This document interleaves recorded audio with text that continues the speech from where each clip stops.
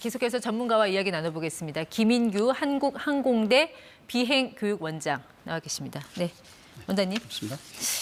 원장님도 이제 조종사들 비행교육 이런 거 많이 해오셨고 지금도 하고 계신데 동체 착륙, 이번 사고의 경우 같은 동체 착륙이 보통 뭐 이렇게 자주 있는 일은 아니잖아요. 자, 이럴 때는 좀 어떻게 좀 하라고 훈련을 보통 시키십니까?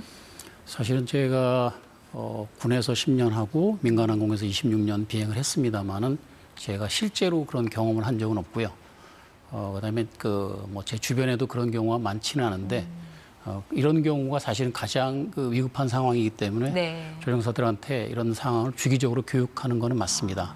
그렇긴 한데 그게 절차상으로 나와 있는 거라서 실제로 그 비행기나 이런 거를 시뮬레이션을 하기에는 조금 좀 어려운 조건이기도 하고요. 예. 그만큼 사실은 발생하기 좀 어려운 상황이기도 합니다.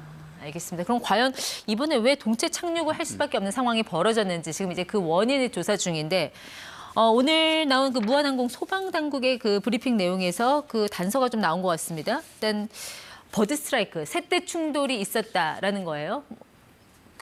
확인이 된 걸까요?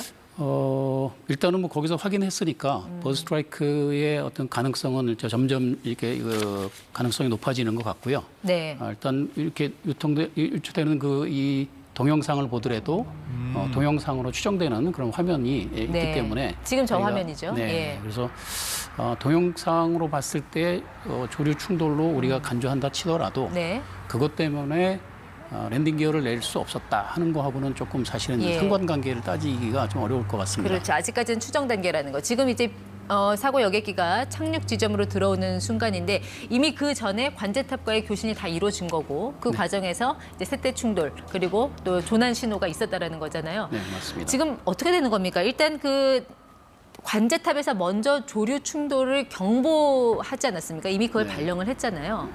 그거는 충돌하고 나서 발령한 겁니까? 아니면 충돌 직전에 발령한 겁니까? 시간상으로 보면은 관제탑에서 조류 충돌 경보를 먼저 냈고요. 네. 그다음에 한 1분 뒤에 조종사가 메이데이라고 하는 비상 선포를 합니다.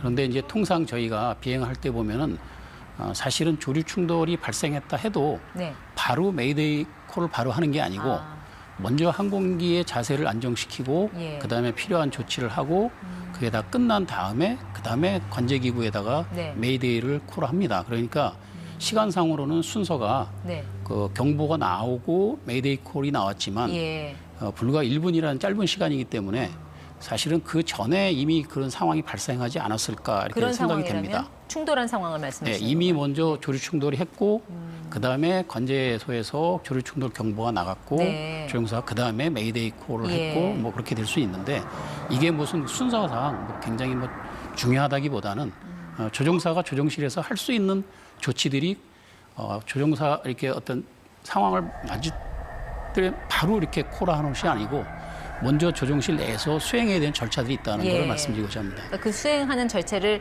다 해보고 그래도 안 되니 이제 메이데이라는 그런 조난 신호를 보냈을 것이다. 그 순서상으로 그렇게 돼 있습니다. 먼저 항공기 안정시킨 다음에 예를 들면 계기를 확인하고 이게 어디에 무슨 이상이 있는가 파악하고 필요한 절차가 있는가 뭐 체크리스트라고 하는 것들을 수행하고 그다음에 메이데이 콜을 하고 이런 순서로 되는 거죠. 그러면 시간이 몇 분이 소요되는 거죠.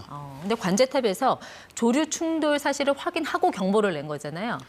그럴지도 모르겠다는 생각이 드는 거죠. 근데 그게 의미가 있습니까? 충돌 전에 미리 보고 좀 경보를 내릴 수는 없는 거예요? 사실은 이제 조류 충돌 활동이 빈번하거나 그런 게 예상이 된다면 조금 더 이제 미리 경보 차원에서 내줬으면은 조종사들이 좀 경각심을 갖고 거기에 대한 대비를 하거나 할 수도 있고 그렇긴 한데요.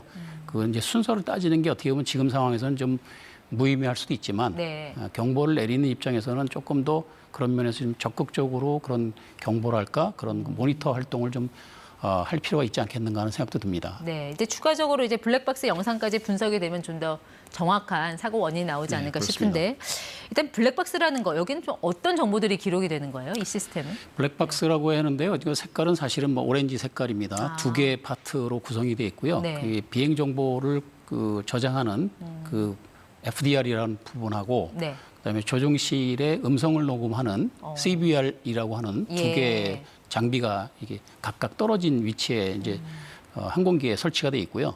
그 역할은 이제 그 비행 정보 기록 장치라는 거는 항공기가 움직일 때마다 고도와 속도와 이런 이 기수 방향이나 이런 게 다 변합니다. 그런 것들이 예를 들면 1초면 1초 간격으로 계속 저장이 됩니다. 네. 그래서 나중에 쭉 봤을 때 이 비행기가 어떤 동작을 했고 어떻게 움직였고 하는 것들을 추정할 수 있는 거죠. 그다음에 CBR이라고 하는 음성 기록 장치는 네.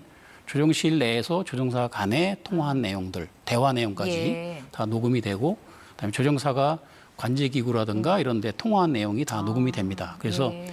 그 비행 기록 장치와 조종실 녹음 장치를 같이 놓고 비교를 하는 거죠. 그래서 이 시점에서 이때의 조종사가 어떤 말을 했고 아니면 내부적으로 어떤 대화를 했고 네. 이런 거를 살펴보면은 조종사가 어떻게 그 상황에서 대처하고 있었는가 하는 걸 분석할 수 있는 겁니다. 네. 그럼 그 자체를 해독하는 거는 그렇게 어려운 일은 아닌 거예요? 해독하는 거는 뭐 전문가들이 해독을 하는 거기 때문에 그 자체가 크게 어렵다기보다는 사실은 그거 비행 상황에 대한 정확한 이해가 일단은 전제가 돼야 되고요. 그래서 뭐 전문가들이라면 그런 것들은 다 충분히 경험을 한 상황이라서 사실 네. 뭐 크게 어렵지는 않을 겁니다. 네. 블랙박스 2개를 수거를 했고 그중에 하나가 손상됐다는 게 오늘 국토부의 브리핑 내용이었습니다. 네. 워낙 이 비행기 훼손 자체가 심해서 블랙박스도 상당히 좀 손상 정도가 심하지 않을까 싶은데 교수님 예상은 어떠세요? 사실은 이제 그 블랙박스라는 것 자체가 그 비행 기록 장치와 녹음 기록 장치 두 개를 다 통틀어서 말하는 거고요. 그다음에 이게 전체적으로 보면은 블랙박스라는 거에 대한 이런 이 보존할 수 있는 네. 시스템이 지금처럼 이렇게 충돌이라든가 고열이라든가 이런 데 노출될 수 있는 가능성이 높기 때문에 예를 들면은 저희가 중력 가속도로 따지면은 뭐 예를 들어서 3,400배에 해당하는 3,400G라고 합니다. 또는 이제 온도로 보면은 뭐 한 1,100도씨에서 1시간 정도 버틸 수 있는 정도의 어떤 그런 내구성을 갖추도록 설계가 돼 있습니다. 네. 근데 이제 지금 보시는 것처럼 이렇게 그 화염이 휩싸여서 고온이 노출됐다면은 일부 자료가 손실될 수도 있겠다 이렇게 예상은 됩니다. 그러면 그 손실된 거는 다시 복구는 할 수 있습니까? 가능성은 있어요. 사실은 그 정도에 따라 다른데요. 그래서 그 데이터가 어느 정도 손실됐는가에 따라서 사실은 뭐 부분적이냐 아니면 전부 다 파손됐느냐 하는 걸 좀 네. 따져봐야 되고요. 그래서 일부는 아마 좀 손실될 가능성도 좀 없지 않아 있습니다. 그럼 분석에 걸리는 그 소요 시간, 기간은 한 어느 정도로 예상하면 될까요? 수개월에서 뭐 한 1년 넘게도 걸리긴 하고요. 그런 것들이 사실은 굉장히 중요한 어떤 그런 이 증거 자료가 되기 때문에 네. 그거를 이제 함부로 분석하기보다는 신중하게 여러 차례 반복해서 분석을 합니다. 그 같은 자료를 뭐 수십 번, 수백 번도 듣기도 하고요. 네. 그래서 수개월씩 걸리는 게 통상 소요되는 기간입니다. 알겠습니다. 일단 관제탑과의 교신 내용 그리고 블랙박스 영상 이런 게 하나의 중요한 증거 자료가 될 수 있을 것 같고 네. 또 현장에서는 지금 뭐 훼손된 기체 일부에 대한 그런 수색 작업, 수습 작업도 계속해서 이루어지고 있거든요. 남은 기체에 대한 조사는 뭐 어떤 식으로 이루어진다고 보세요? 여기서도 뭐 유의미한 증거가 나올 수 있는 건가요? 네, 일단은 뭐 현장에서 항공기 자체가 굉장히 중요한 증거입니다. 그래서 일단은 전문가들도 다 들어와서 일단은 조사를 하게 되면은 일단은 한국에서 발생한 사고에 대해서는 대한민국의 국토교통부 사고조사위원회가 IIC라고 합니다. 예. 인베스케이터 인차지라고 하는데 주 조사관의 역할을 하고요. 거기에 이제 미국 그 항공기이다 보니까 미국 사고조사위원회에서 같이 들어옵니다. NTSB라고 하는. 그다음에 미국의 연방항공청인 FAA도 들어올 거고요. 네. 미국 비행기이다 보니까 보잉이라는 미국 예. 항공기 제작사도 들어옵니다.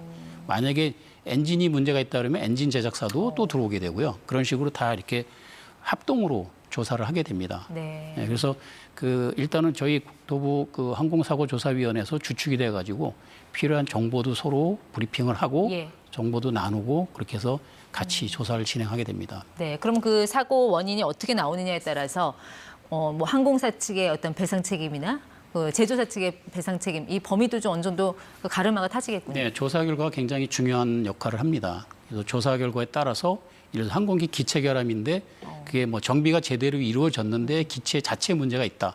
설계상에 또 디자인에 문제가 있다 그러면은 제작사 과실이 커지는 거고요.